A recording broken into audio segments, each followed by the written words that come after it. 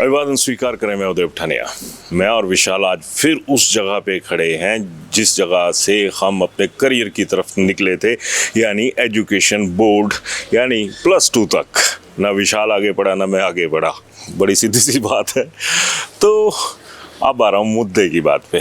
इस खबर के 2 हिस्से होंगे और दोनों हिस्सों में आपका जुड़कर रहना ज़रूरी होगा।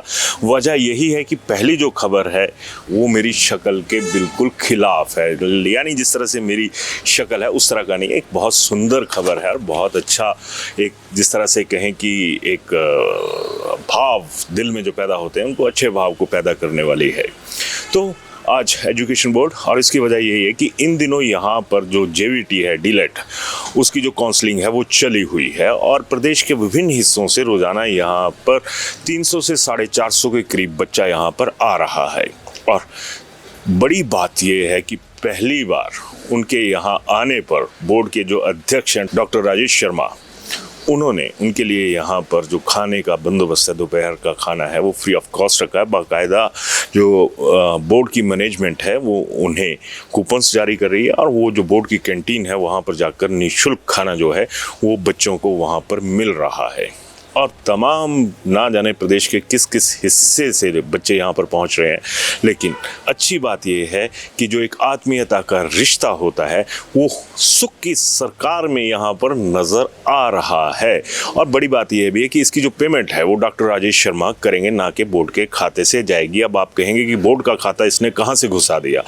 तो अभी तक जो सरकारों पर आरोप लगते रहते हैं कि तमाम, चाहे IAS हों, IPS हों, नेता लोग हों, मंत्री हों, विधायक हों, उन्हें सत्कार भत्ता अलग से मिलता है। यहाँ पर भी मिलता होगा चेयरमैन साहब को, लेकिन डॉक्टर राजेश ने इसे अपनी जेब से शुरू किया। रोज़ाना लगभग 250, 300, 400, 450 तक के बच्चों की एवरेज है जो यहाँ पर आ रहे हैं और उनको खाना मिल रहा है। तो एक, जिसे कह सकते हैं ना, एक सुखद एहसास है इस सरकार के दौर में जहां पर हर चीज़ के ऊपर नेगेटिविटी निकल के आती है। तो ये ज्ञान लोक ही है जो आपको सामने नज़र आ रहा है। तो इस ज्ञान लोक से एक सुखद एहसास सामने आ रहा है। अब आता हूँ उस खबर पर जो पूरी तरह से मेरी शक्ल की तरह है, बदहाल है, बदसूरत है। उसकी भी एक वजह है, क्योंकि बेरोज़गारी की जो शक्ल सूरत है ना, वो इन दिनों बिल्कुल जिस तरह से मेरा थोबड़ा है ना उसी की तरह है। उस पर कोई नूर नहीं है, उस पर कोई चमक नहीं है। बेरोज़गार मुरझाए हुए घूम रहे हैं और यहाँ पर भी वही हालात है। लगभग 15,000 बच्चों ने जो था वो इसका परीक्षा थी वो की, और 3-3,500 के करीब 3200 कुछ बच्चे हैं जो इसमें क्वालिफाई हुए और अब उनकी जो काउंसलिंग है यहाँ पर चली हुई है। खैर, बड़ी बात यह है कि हर साल बीजेपी की सरकार हो या कांग्रेस की सरकार हो, ये जो बेरोज़गारों की फ़ौज है ना, ये खड़ी होने शुरू हो गई है। अब ये नए जो जाएंगे 3-3,500, ये एक नई फ़ौज खड़ी हो जाएगी कि हम तो JVT कर चुके, अब हमें जॉब चाहिए।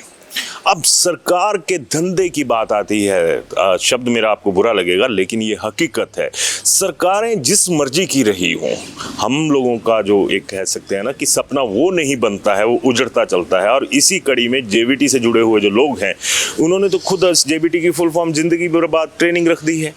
तो इससे बड़ा कटाक्ष क्या होगा। लेकिन फिर भी रोज़गार की आस है। तो बच्चे यहाँ पर हर जगह बिखरे हुए दिख रहे हैं, उसी तरह से बिखरे हुए हैं जिस तरह से रोज़गार की संभावनाएं जो हैं वो नज़र नहीं आती हैं। वो तो ना जाने किस कोने में इकट्ठी होकर बैठी हुई हैं।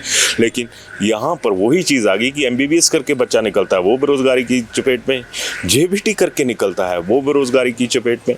तो अब अगर आंकड़ों की बात पे आए तो वो भी कम दिलचस्प नहीं है। जरा सुनिए, अभी तक सरकारी क्षेत्र में जो डाइट है उसमें टोटल 900 सीट्स हैं और 744 सीटें जो हैं वो अब तक भरी जा चुकी हैं। और जो सब कैटेगरीज की सीट्स होती हैं वो अभी तक खाली हैं, यानी ward of ex serviceman, ward of freedom fighters, इस तरह की जो पोस्टें हैं वो खाली हैं। और जो 243 सीटें जो कि सब्सिडाइज्ड होती हैं वो भी भर चुकी हैं। हर साल लगभग 2450 सीटें जो हैं वो भरी जा रही हैं। और जब रोज़गार के नाम की बात आती है तो यहाँ पर कमीशन का कोई अता पता नहीं है, बैच वाइज कब क्या होना है उसका कोई अता पता नहीं है। लेकिन जो रोज़गार की आस है ना, उसका सबको पता है कि अगर कुछ किया होगा तो शायद कुछ मिल जाए। वो मिलता हुआ तो नज़र नहीं आता है, क्योंकि तमाम दरवाजे सत्ताधीशों के लिए खुले होते हैं, आम आदमी के लिए कोई दरवाज़ा खुला नहीं होता। और हम लोग इसके लिए, अगर मैं ये कहूँ कि जिम्मेदार हैं, क्योंकि हम लोग इनके सत्ता के दरवाजे खोलते हैं। कभी सोचा आप लोगों ने कि हम लोगों के लिए दरवाजे कौन खोलेगा? आज यहाँ एजुकेशन बोर्ड में ही प्रदेश के हर हिस्से से युवा पहुँचे हुए हैं। ये तो भला हो डॉक्टर राजेश का, जिन्होंने कम से कम एक नींव तो रख दी, जो आज तक हुआ ही नहीं है इतिहास में कि यहाँ पर कोई अगर आता है तो उसका खान पान का बंदोबस्त जो है वो किया जाए। और बड़ी बात तो ये भी है कि इस बंदोबस्त का जो पूरा तरीका तैयार किया वो अपनी जेब से डॉक्टर राजेश शर्मा ने किया हुआ है। लेकिन जब एक दिन के खाने से तो कुछ नहीं होगा ना। हाँ, साधुवाद के पात्र जरूर हैं, पर उम्र भर का रोजगार, उम्र भर का खाना कब देंगे आप लोग?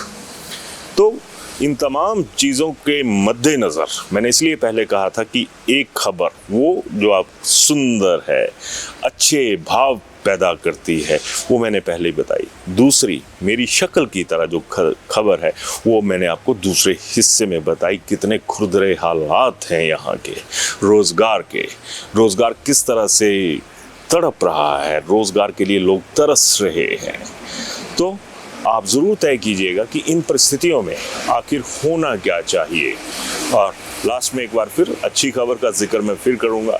डॉक्टर राजेश, थैंक्स कि आप कम से कम युवाओं की तरफ देख तो रहे हैं। अपनी राय ज़रूर दीजिएगा। धन्यवाद। शिमला होटल, घर के बाहर घर जैसा अपनापन। अपने वेकेशंस को सुनहरी यादों में पिरोएं शिमला होटल के साथ। राजसी वैभव और राजस्थानी आव भगत, जो देगी आपको एक रॉयल फील।